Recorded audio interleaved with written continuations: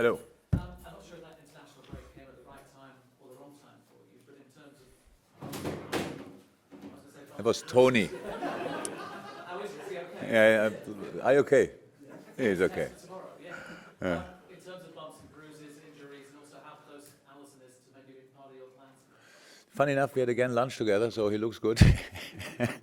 And yeah, he's improving, but we cannot put any pressure on it. It was a really serious injury in the calf, and it's now much better, of course, and that's good for us, good for him, but we don't know exactly. The target was always like after next international break he could be ready, but we don't know. So how's that? There's no pressure in it, hopefully, and so that everything will be fine for the rest of the season. That's the plan. And in terms of the rest of the players that come back, and Yeah, Naby is close, much closer than Ali. Obviously, I think he could be in training when we come back from Napoli next week. Yeah, Kleiny and Paul Glatzel, and so that they're obviously far away still, but doing big steps as well. Did I miss anybody? Probably not. You didn't listen really, right? I know. Thank you. I hope I didn't miss anybody, but it looks quite okay in the moment. congratulations on winning the Manager of the Month. Thank you. It's been another great start. It was a great start. It's a new trophy. They changed the trophy. Really. So you won one already? Yeah. Are you sensing a greater belief this time round in your players than last season? Because you made a fantastic start last season. I just wonder if anything's changed in terms of their belief in what they do. Not really, but if you ask me about it, the start, because it was a good start, is a good start. But of course, things changed. We only have to make sure that we use the things in the right way. So the experience we made, yes, we always were like, it always felt a little bit that we are one step behind until we win finally something. We were good, but yeah, close is not enough, pretty much like that. And yes, now we won it. It was for sure a big relief. The boys were confident last year. The boys are confident this year. It's all about if we play the way we want to play with 100%, then we are a difficult opponent. As long as we do that, we will win football games. Not all of them probably, but we can win football games, and that's what we have to make sure, and they're all responsible for that. We are all responsible for that. So it didn't change a big thing for us, to be honest, to win it. We had to deal with a few new things. It was a lot of talk about it when we already made up with it, if you want. If you already realized it's over, then we had still to talk about it. It was like strange, but that's obviously part of winning something as well. And that was an experience as well. But apart from that, it didn't change a lot. The boys are still the same hungry bunch of good football players what they were before, and I'm really happy about that. And that's what we have to show tomorrow again, because Newcastle will fight like crazy, and like they did against Tottenham, for example. They had a couple of good results now, and if somebody, I'm not sure if anybody want to ask something about Newcastle today, that I put it in my answer, in this answer already. So it's really strange that kind of 20-something percent possession at Tottenham, but deserved the 3 points, to be honest, because with this 20-something possession, they did a lot of really good stuff, and it's difficult. For us tomorrow, the game will be a real challenge, and we need pretty much everybody on their toes. And I hope that after 2 weeks, or I don't know when we had the last home game, last away game was Burnley, so 3 weeks probably when we played the last at home, it was against Arsenal. We need that atmosphere again at 12:30, and if we have that atmosphere, then we can do something. I just want to ask you about the Napoli game. I know that it's 2 games time, but saw the shots yesterday in the dressing room in a bit of a state. Are you concerned about that in terms of preparation for a big game like that, or does it not matter? I think it will be sorted until we come. I don't know actually. There are different things about it. I saw pictures, but you don't. It was not. I was not live streaming, so maybe somebody made it last May or whatever. And I don't know really, but I trust in this case the UEFA enough to think that they will sort something, that we will have a shower and any space where we can change. So I hope that will be organized like this, but I don't know. I don't want to make it bigger than it is. If it would look like it looked on the few pictures we saw, it would be not too cool. But as long as the pitch is still there and all the rest as well, then we could play as well. But of course, would not be cool. But we cannot change that. It's not our dressing room, so we only go there and accept the circumstances and go out and play football. James asked you about international players that have been in a way, but in terms of the ones that haven't this time, I think it was about this time last year that maybe things caught up a little bit on Sadio. Mo Salah posted a nice picture saying he feels refreshed now as well. So how important is that element of it?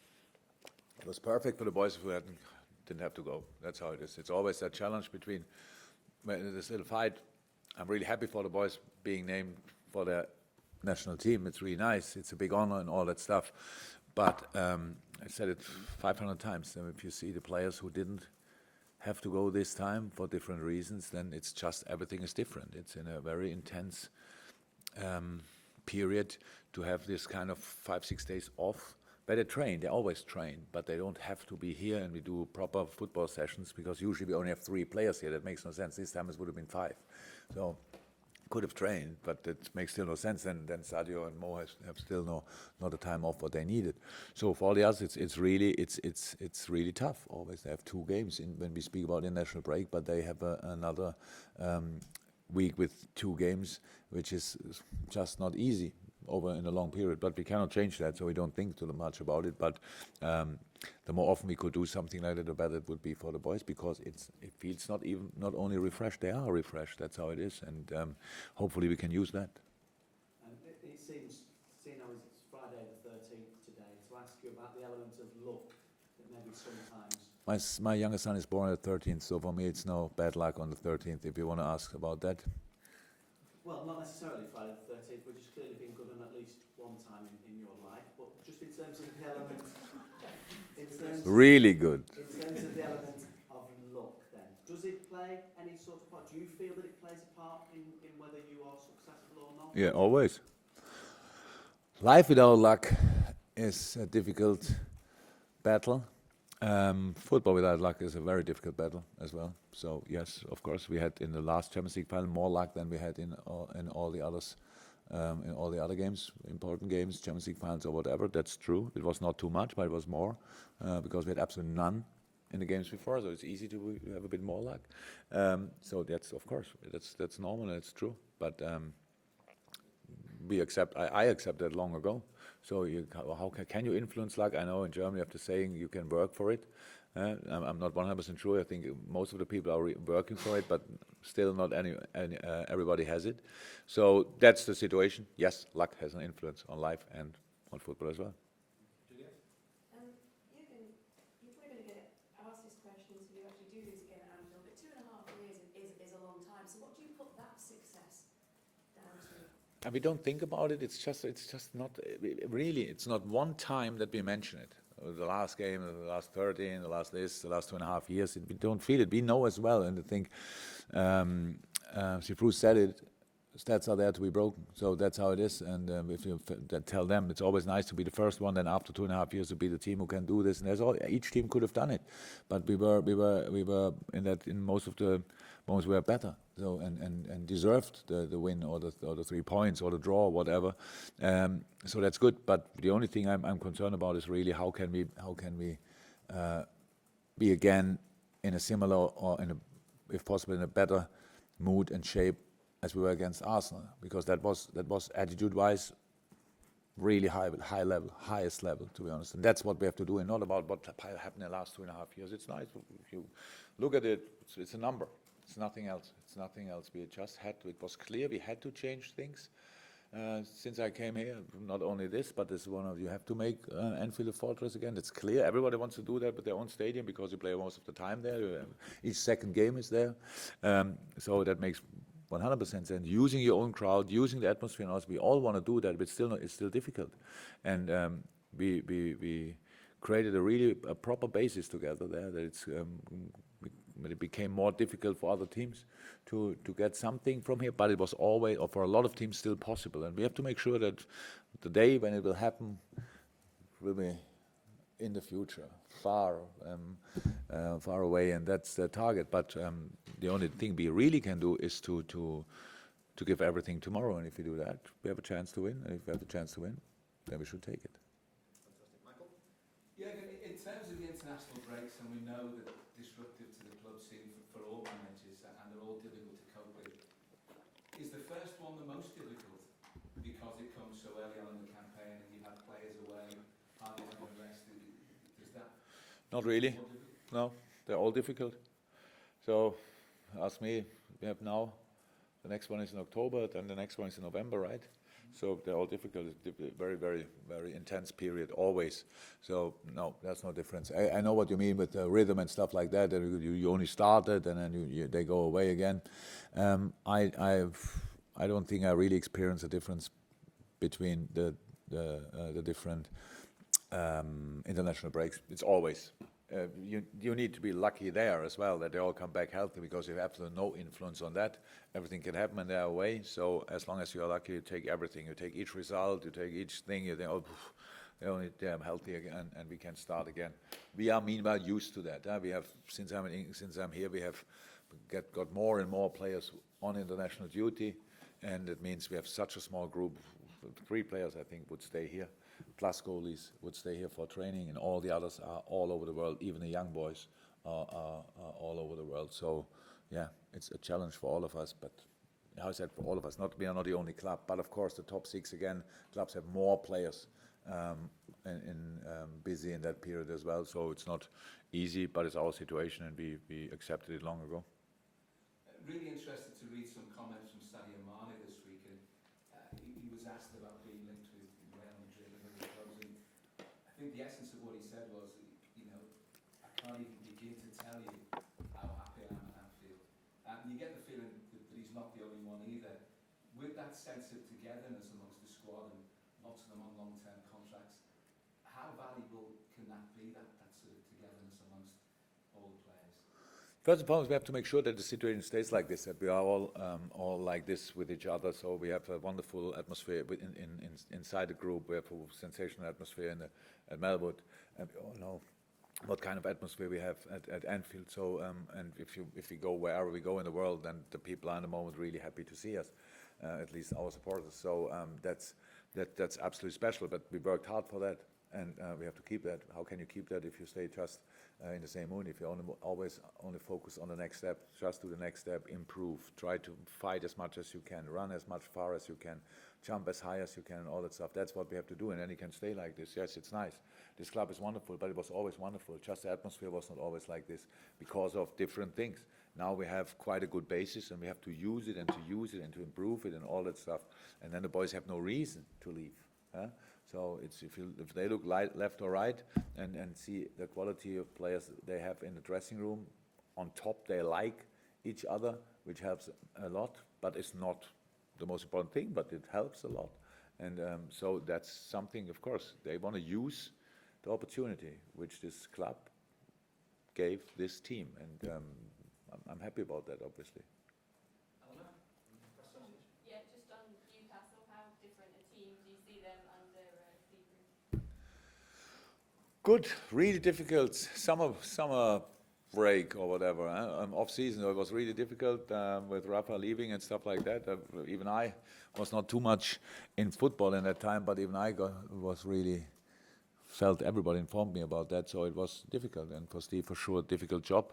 Following after Rafa was probably never easy, but in a specific case, and really difficult, and he did fantastic so far, really fantastic. Close games, and nowadays, okay, the first one against Norwich, maybe not too nice, but since then, close games and good results as well, and very important. So very difficult to play. They kept pretty much the style of last year. So with Rondon got replaced by Joeliton. If you're looking for a player who plays similar to Rondon, perfect choice. Really, he can keep the ball. He's a proper threat, has the speed and all that stuff. And then, the wings quick, 5 in the back and all that stuff. It's difficult to create chances against. They are always ready for counterattacks. So they have the speed for it. How is that? I think 25% possession at Tottenham, but always really, really good, really good. Scored a wonderful goal and defended with a big heart and good organization. And then that's it. That's what we had to prepare for, and that's what we did. So that will not be easy. That's what people expect, probably, with all the difficulties they had in the summer. I'm really impressed by the solutions they found and the things they did so far.